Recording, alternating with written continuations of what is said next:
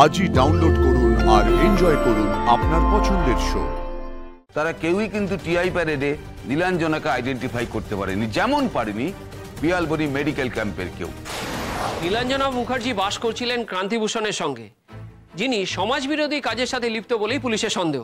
আমি জানি ডিফেন্স এই সন্দেহ নিয়ে অনেকটা সার্কাজম করবে, কিন্তু আসল ঘটনা হলো পুলিশ সন্দেহের ভিত্তিতেই তদন্ত করে এবং পরে ক্রাইম সলভ করে, নাশকতামূলক কাজ ইন্টারসেপ্ট করে।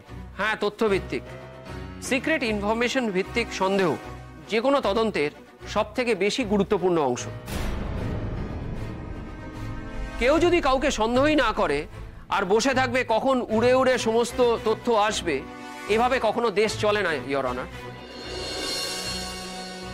এনিওয়ে, সন্দেহভাজন একজন দুষ্কৃতীর সাথে এই জন্যই বাস করছিলেন নীলাঞ্জনা মুখার্জি।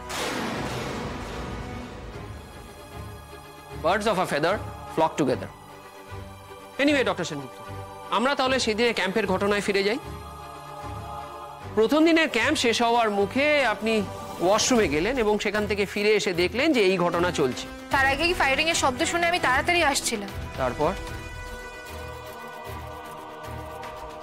তারপর আমি এসে দেখি ওখানে পুরো বিশৃঙ্খল অবস্থা।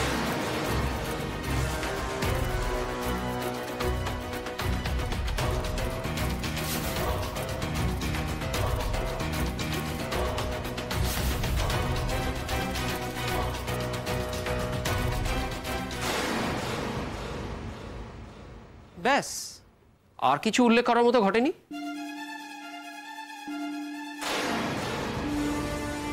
না, আর কিছু মনে পড়ছে না।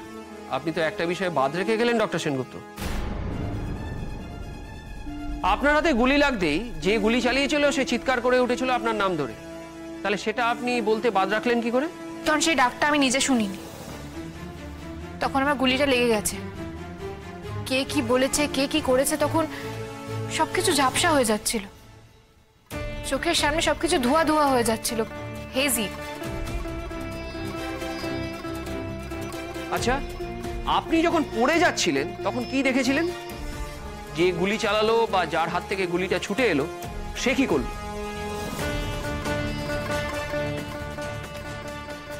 না, আমার কিছু মনে পড়ছে না। Objection your honour.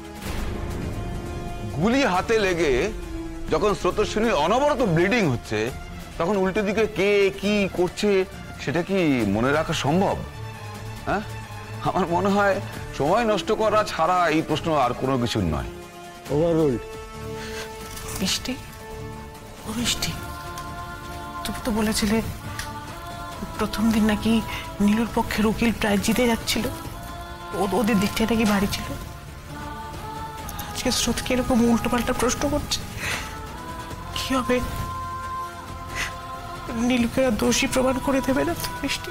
আমি কিছু বুঝতে পারছি না। আমরা কেউই কিছু জানি না মা, কি হবে।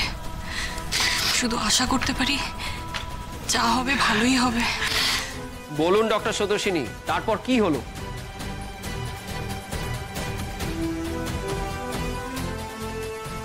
দেখেছিস সবাইকে কিরকম একঘেয়ে প্রশ্ন করেই যাচ্ছে। আরে এটাই তো ওদের কায়দা, বিভাস কিছু বললেই যাতে ধরতে পারে।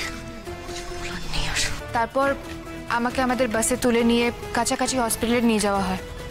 আমার যাতে জ্ঞান থাকে তাই ওরা, মানে আমার বন্ধুরা আমাকে জাগিয়ে রাখার চেষ্টা করছিল, সেটা আমার মনে আছে। একটা জায়গায় অ্যাডমিশন হলো না, তাই অন্য জায়গায় নিয়ে যাওয়া হয়। তারপর আর কি, সার্জারি করে বুলেটটা বের করা হলো। অনেকক্ষণ পরে আমার জ্ঞান ফিরেছিল।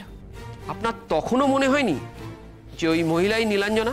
না, আমার কখনোই সেটা মনে হয়নি। না না, আপনি ভুলে যাচ্ছেন। আপনি আপনার হাজবেন্ডের কাছে বলেছিলেন। ইওর অনার, উনি ওনার হাজবেন্ডকে কি বলেছেন সেটা ওনার হাজবেন্ড একটু আগে আদালতকে জানিয়েছেন। ইওর অনার, ডিফেন্স আননেসেসারিলি সাক্ষীকে সাক্ষ্যদানে বাধা দিচ্ছে। সাক্ষী নিজের মুখেই বলুন পুরো ঘটনাটা। ওভাররুলড।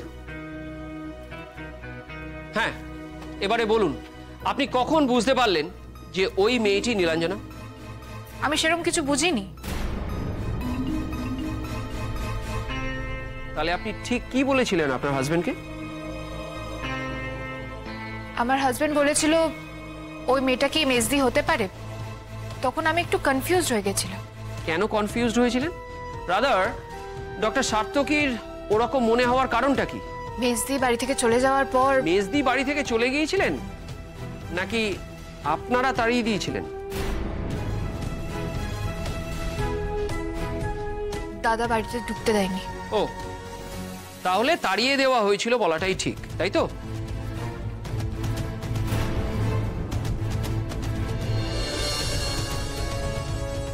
তাহলে বলুন, যেদিন আপনার মেজদিকে তাড়িয়ে দেওয়া হয়েছিল সেদিন কি ঘটেছিল? সেদিন সন্ধ্যায় কলকাতার একটা গয়নার দোকান থেকে একটা মেয়ে কিডন্যাপড হয়েছিল। অনেকদিন মেজদির কোনো খবর না পাওয়াতে আমার মনে হয়েছিল সেই মেয়েটা কি মেজদি হতে পারে। খবরে ওদের বয়সও কাছাকাছি বলেছিল। আর সেটা শিওর হতে আপনি গেলেন গয়নার দোকানে, আর সেখানেই জানলেন যে সেটা আপনার মেজদি ছিল। যে মেয়েটা ওই কিডন্যাপড হওয়া মেয়েটাকে অ্যাটেন্ড করেছিল সে বিয়ে হয়ে চলে গেছিল। অন্য একজন দেখে তার মনে হয়েছিল ওই ছবির মেয়েটি কিডন্যাপড। ইওর অনার, তাহলে পরিষ্কার বোঝা যাচ্ছে ক্রান্তিভূষণ এবং নীলাঞ্জনার লোকাল ট্রেনের হঠাৎ করে দেখা হয়ে যাওয়া সম্পূর্ণই মিথ্যে একটা কাহিনী। ওই রাতে নীলাঞ্জনা কিডন্যাপড হয় আর তারপরে তাকে পাওয়া যায় ক্রান্তিভূষণের সঙ্গে। অর্থাৎ গয়নার দোকানে ডাকাতি করেই ক্রান্তিরাই ওকে তুলে নিয়ে গেছিল। পরে প্রেম টেম হয়েছিল আর নীলাঞ্জনাকে ওই পিয়ালবনিতেই দেখেন স্রোতস্বিনী, আর সেটাই উনি ওনার হাজবেন্ডের কাছে শেয়ার করেছিলেন। Objection your honour. আমি প্রথমে গয়নার দোকানের কথায় যাই। ওই এমপ্লয়ি যিনি বিয়ে হয়ে চলে গিয়েছিলেন, পরবর্তীকালে পুলিশ তাকে টেস্ট আইডেন্টিফিকেশনে ডাকেন, তিনি কিন্তু চিনতে পারেননি। ইওর অনার, পার্টিকুলারলি নীলাঞ্জনার ছবি দিয়ে যখন প্রশ্ন করা হয়েছিল তখন কিন্তু তিনি নিশ্চিতভাবে কিছু বলতে পারেননি। বলেছে যে মনে হচ্ছে, তারপরে বলেছে যে হতে পারে, আবার বলেছে নাও হতে পারে, মানে যত রকম রিপ্লাই দেওয়া যায় সব রকম দিয়েছে। তাহলে প্রসিকিউশন কিভাবে নিশ্চিত হয়ে বলছেন যে ওই মেয়েটি নীলাঞ্জনা ছিল? ইওর অনার, ঘটনার পরপরই দোকানের লোক তাকে চিনেছিল, কিন্তু এতদিন পরে হয়তো তারা ভুলে গেছে। ইওর অনার, ভুলে গেছে সেটা নয়, ডাকাতির বিরাট ঝঞ্ঝাটের পর ডাকাতির আগে আসা কোনো খদ্দেরের মুখ নির্ভুলভাবে মনে রাখা কোনো সাধারণ মানুষের পক্ষে সম্ভবপর নয়। হয়তো সেই মেয়েটির কাছাকাছি দেখতে অন্য কোনো একটি মেয়ে ছিল। এবার কিন্তু ডিফেন্স ধারণার উপর চলছে ইওর অনার। বাস্তবটা হলো যে গয়নার দোকানের যে মেয়েটি ওই কিডন্যাপ হওয়া মেয়েটিকে অ্যাটেন্ড করেছিল এবং যার কাছে পরে স্রোতস্বিনী গিয়েছিল, তারা কেউই কিন্তু টিআই প্যারেডে নীলাঞ্জনাকে আইডেন্টিফাই করতে পারেনি, যেমন পারেনি পিয়ালবনি মেডিকেল ক্যাম্পের কেউ।